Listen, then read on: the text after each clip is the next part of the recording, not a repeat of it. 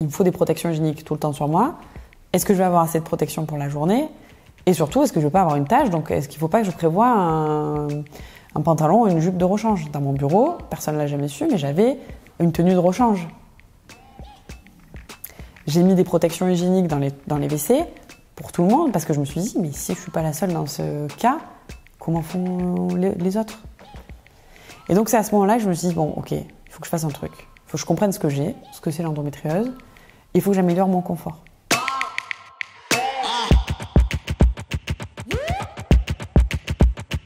Bonjour, je m'appelle Marion, je suis la cofondatrice de la marque Elia. Moi, je suis née à Marseille et j'ai grandi à Marseille. Je viens d'un milieu plutôt favorisé puisque mes parents ont toujours été hyper présents dans notre éducation. Ils nous ont donné tout ce qu'ils pouvaient et ils continuent encore aujourd'hui. Je pense que j'ai pas vraiment eu de crise d'ado. Par contre, j'ai un parcours de santé un peu compliqué et complexe dans le sens où j'ai mes règles depuis que j'ai 12 ans et à chaque fois que mes règles arrivaient, j'avais des douleurs indescriptibles et très douloureuses, ce qui fait que ça m'a bloqué dans ma pratique sportive, ça m'a bloqué quand j'avais des examens ou que je devais sortir avec des amis, etc. Donc j'ai été assez isolée pendant mon adolescence, ou en tout cas très peu d'amis, mais de très bons amis. J'avais du mal à m'ouvrir, à me confier, etc. Je me suis retrouvée des étés dans le sud, 35 degrés, avec une bouillotte sur le ventre, ou alors la batterie de mon ordinateur sur le ventre pour soulager mes douleurs. Jusqu'à mes 18 ans où un soir, je sors avec mes amis, on fait un apéro autour de la plage, je rentre à la maison et puis en plein milieu de la nuit, je me réveille avec une douleur atroce dans le ventre et puis je me lève pour aller au WC, très clairement, et je tombe dans les pommes et je me mets à convulser. Mes parents tout de suite se réveillent, ils me disent « mais qu'est-ce que t'as pris ?» Et le médecin qui pose la même question, je lui dis « mais je n'ai absolument rien pris ». Et en fait, j'étais en train de faire une torsion ovarienne et la douleur était tellement forte que j'ai convulsé, je suis tombée dans les pommes, enfin voilà. Et à ce moment-là, on a pris la décision de m'opérer. Donc j'avais une opération qui était 15 jours plus tard. J'ai pas eu d'ablation de l'ovaire, j'ai eu de la chance, mais par contre j'avais énormément d'endométriose et d'adhérence qui ont été raclées et enlevées. Et à l'époque, en fait, je ne sais pas ce que c'est l'endométriose. Personne ne m'a jamais expliqué ce que c'est. La seule info que j'ai, c'est t'as été opéré, t'as failli perdre ton ovaire, tu ne pourras potentiellement pas avoir d'enfant. Et ça arrive à des femmes qui ont plutôt 35-40 ans. J'ai 18 ans, merci. Et donc personne ne m'explique. En gros, l'endométriose, ça va être des cellules semblables à ce qu'on va retrouver dans l'utérus, qui est l'endomètre, qui vont migrer en dehors de l'utérus. Et alors moi, en plus, j'ai l'endométriose et l'adénomiose. L'adénomiose, c'est un peu la cousine de l'endométriose. C'est pareil, ce type de cellules qui vont se retrouver dans l'utérus.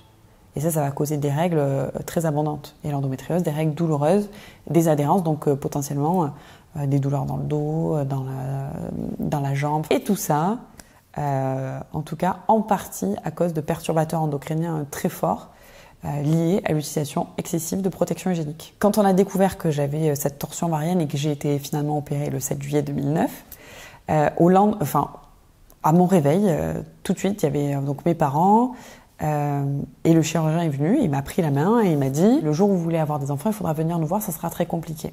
Il se trouve que j'ai rencontré mon mari quelques mois après et ça a été un peu les fondations de notre couple parce que je lui ai dit à J1, voilà, la situation c'est ça quoi. Donc ça n'a pas freiné, heureusement. Et c'est compliqué de dire ça à 19 ans parce que je trouve que ça façonne un petit peu le comportement qu'on peut avoir.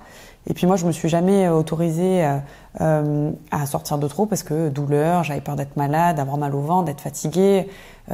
Pendant cette période-là où je lui raconte ça, je suis en ménopause artificielle. J'ai des bouffées de chaleur, je suis tout le temps fatiguée, j'ai des douleurs dans le ventre, j'ai des adhérences. Dès que j'ai des douleurs, il faut que j'aille voir le médecin parce qu'on ne sait pas ce que ça peut être, etc. Et donc j'ai été en recherche de qui je suis et je suis toujours d'ailleurs en recherche d'identité. Qu'est-ce que je vais faire demain, pourquoi, comment, etc. Et très vite j'ai été dans cette démarche-là et donc c'est vrai que quand j'ai eu à choisir mon orientation professionnelle, j'ai essayé de taper le plus large possible et je suis allée dans une école de commerce où il y avait une prépa intégrée. J'ai trouvé que c'était un peu la facilité pour moi, pour être totalement transparente, mais surtout parce qu'il y avait des programmes de création d'entreprise. À l'époque, en tout cas, quand j'ai fini mon bac, créer une entreprise, c'était pas forcément le Graal. C'est pas très bien vu et donc c'est vrai que je me voyais à la fois travailler dans une grande entreprise, avoir un poste important ou intéressant de cadre, mais je me voyais pas forcément créer ma boîte, mais c'est quand même un secteur qui m'attirait. J'ai continué mes études, j'ai plutôt rejoint des boîtes techno. J'ai une entreprise qui me tient à cœur et dans laquelle j'ai envie d'entrer, qui fait partie des GAFA finalement. Et donc j'ai une expérience incroyable et qui est aussi le socle de mon réseau d'aujourd'hui. C'était l'explosion du big data, des algos, il y avait des prémices de l'IA et donc ça me plaisait énormément d'être aussi au contact de chercheurs de renom. Et je me disais, ok, il y a plein de projets dans la recherche qui pourraient être dans l'entrepreneuriat, on pourrait faire plein de choses, ça pourrait avoir beaucoup d'impact. J'avais un boss à l'époque qui était extrêmement inspirant et puis un jour il m'a dit, tu sais, si tu veux faire des choses, tu peux le faire, mais il faut avoir les épaules pour le faire. Donc prends du recul sur la situation. Et ça m'a marqué et je me rappelle encore aujourd'hui, quand on est une stagiaire et qu'on entend ça, on se dit, mais bien sûr, j'ai les épaules, je vais y arriver. Et puis finalement, après, j'ai basculé dans d'autres startups, toujours tech, avec des gens très brillants sur l'aspect technique. J'ai beaucoup de réussite, beaucoup de succès dans ce que je fais, beaucoup d'échecs aussi, mais ça construit quand même, comme tout le monde, une carrière professionnelle. Donc j'ai envie de réussir, j'ai envie de construire des choses. Les projets que je rejoins, à chaque fois, ont un sens, finalement.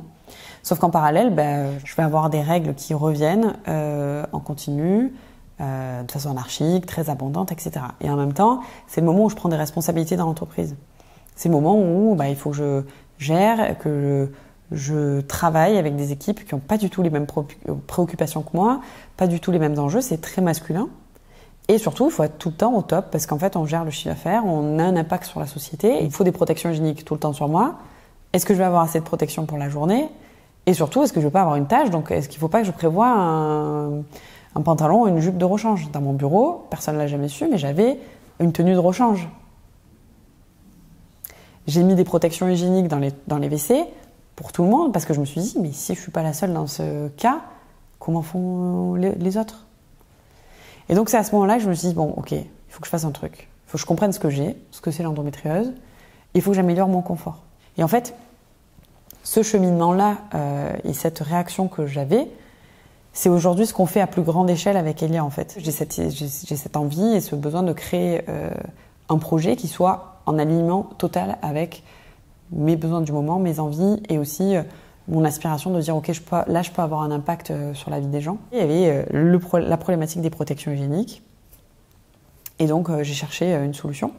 Et j'ai trouvé, à l'époque, ça n'existait pas du tout, en tout cas sur le marché français. C'était très dans les prémices, on va dire, la culotte menstruelle.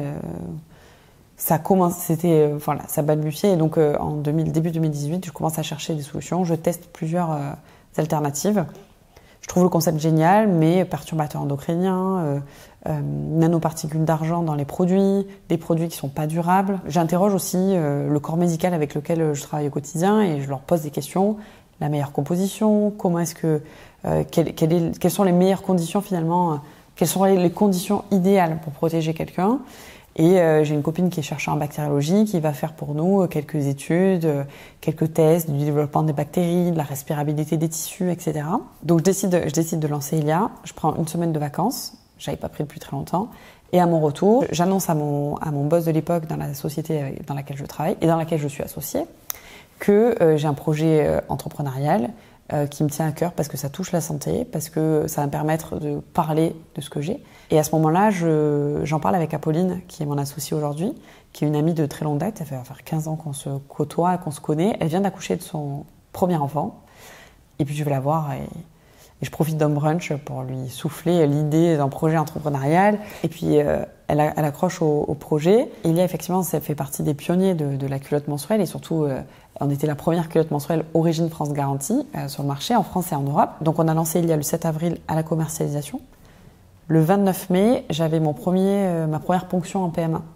Et je suis tombée enceinte de ma fille Rose. Tout ce parcours PMA est très compliqué. Il faut faire des échographies tous les 2 jours, il faut aller faire des prises de sang tous les 2 jours, il faut se lever à 6h du matin pour aller faire la queue au labo, puis après faire une écho.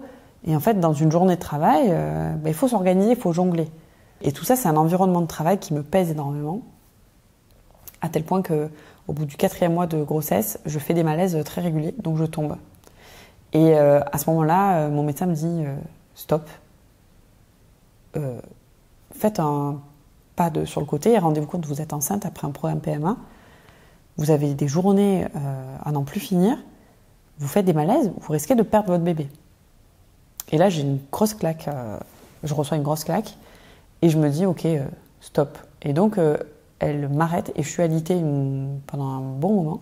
Mais je continue de bosser quand même pour ma boîte, parce qu'il y a des enjeux, il y a des demandes. Et puis on se dit, ok, on va commander 500 culottes et puis on les vendra sur notre site. On ne va pas passer par du participatif ou quoi que ce soit, parce que il faut qu'on arrive à dégager du bénéfice sur ça. On est sur une production 100% française.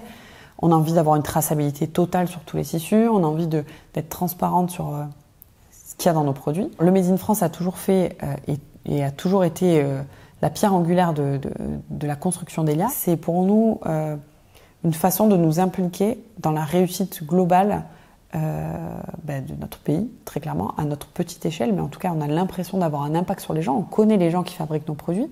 Ça, c'est hyper important pour nous. On leur fait confiance. Et en 2 semaines, on vend 10 000 pièces. Donc, on ne se trompait pas. Il y avait un vrai besoin sur le marché.